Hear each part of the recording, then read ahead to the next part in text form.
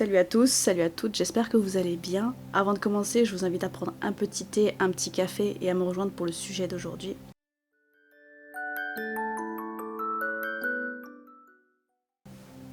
Si vous me suivez depuis un moment, vous savez que je suis enceinte. Je poste des photos de mon ventre, de mon évolution sur Instagram notamment. C'est quelque chose qui vraiment obnubile mon esprit parce que à présent je suis à terme, je suis à plus de 37 semaines.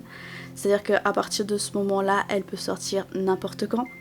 Et je trouve ça tout simplement incroyable.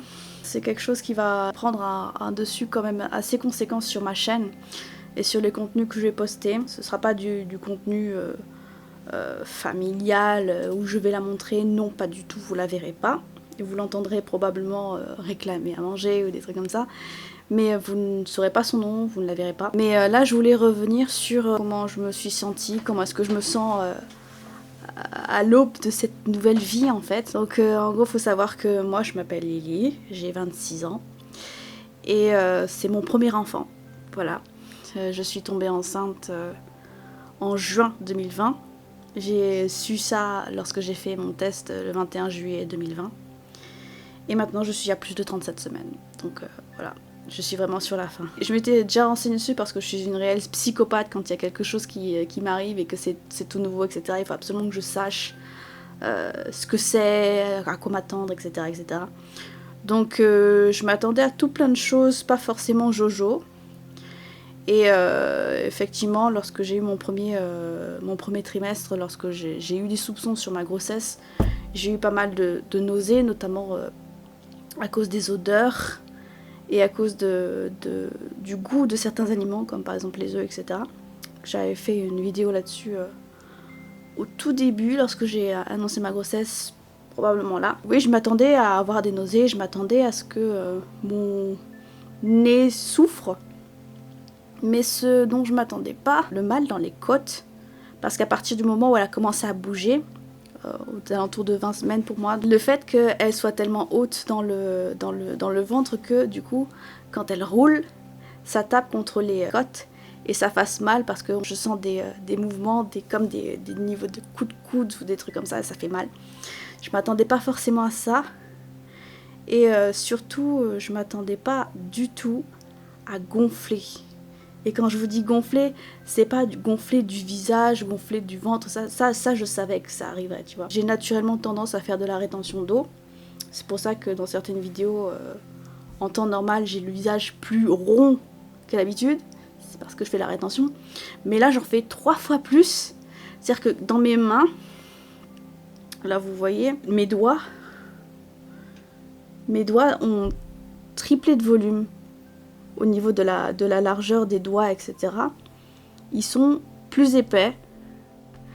Et quand je fais ça, ça fait mal. Ça fait mal parce que je sens comme des espèces de coussinets d'eau. Enfin, c'est douloureux. C'est au niveau des jointures et tout ça. Au niveau des hormones, de la relaxine, des fois, je me retrouve avec un pouce qui fait comme ça, genre qui reste coincé comme ça.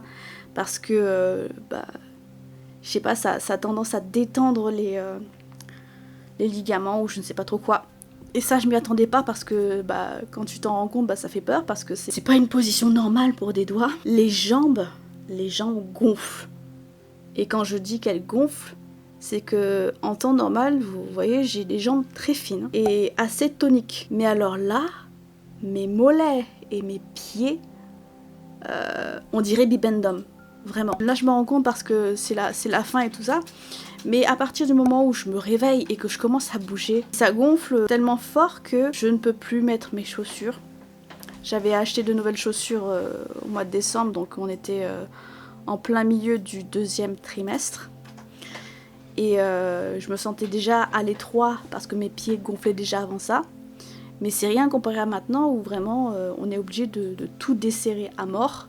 Parce que sinon, je ne peux pas mettre le pied dans les chaussures. En temps normal, je fais du 40. Ce qui est assez grand pour une fille, surtout que je suis très petite de taille, je suis 1m57. Donc 40, c'est déjà très grand. Et je suis en train de flirter avec du 41. Donc voilà, c'est pas c'est pas évident de trouver sa taille, on va dire. C'est vraiment très comprimé. Et les orteils sont tellement gonflés eux aussi, enfin, c'est vraiment, on dirait des knackis les trucs.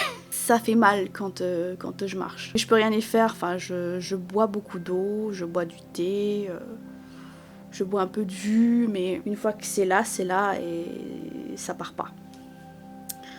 Donc c'est chiant aussi pour s'habiller, ça laisse des marques très vite et ça gratte parce que t'as la circulation qui passe pas. J'ai beaucoup d'admiration pour les femmes qui sont enceintes et qui continuent de travailler jusqu'au bout, du plus qu'elles peuvent, surtout avec des couches et des couches et des couches de vêtements, parce que moi je ne supporte plus les vêtements. C'est un supplice vraiment de porter ne serait-ce qu'une couche, tu vois, de vêtements.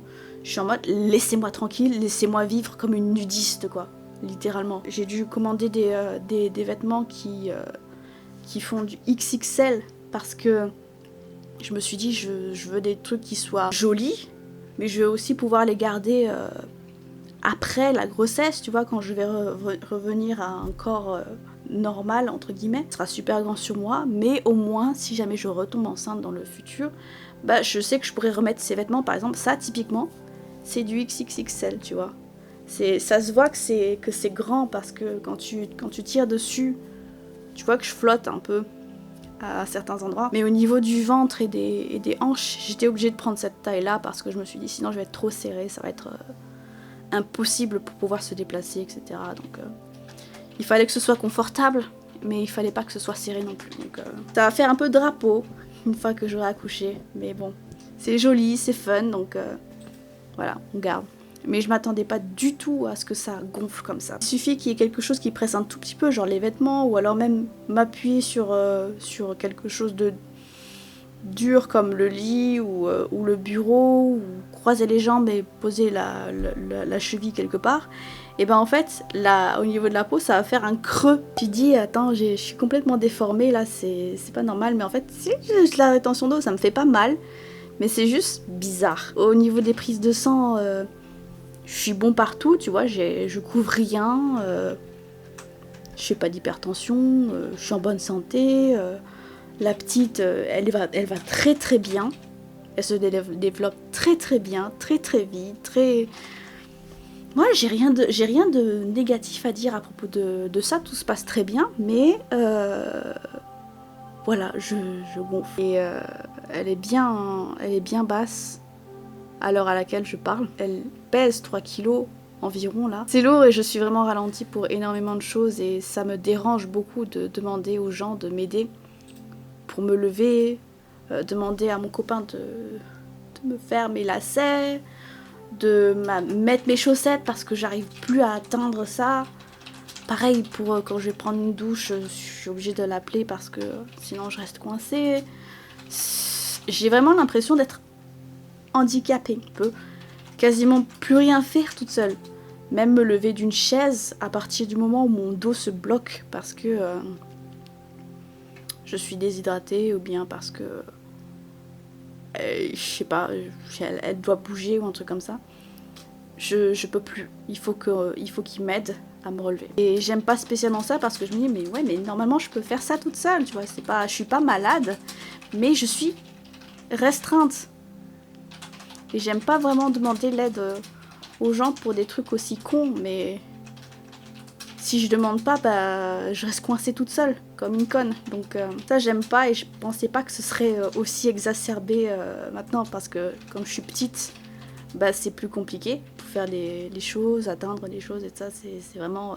Je me plains beaucoup, mais je suis très contente d'être aussi proche de la fin, d'être aussi proche de pouvoir enfin la voir, enfin la toucher, enfin la connaître, tu vois, parce que je me dis c'est tellement incroyable, tu vois, d'avoir un enfant et de te dire qu'il va dépendre de toi, que vous allez fonder une relation ensemble, une famille rien qu'à toi, que tu as créé toi-même avec ton copain, ta copine. C'est tellement incroyable.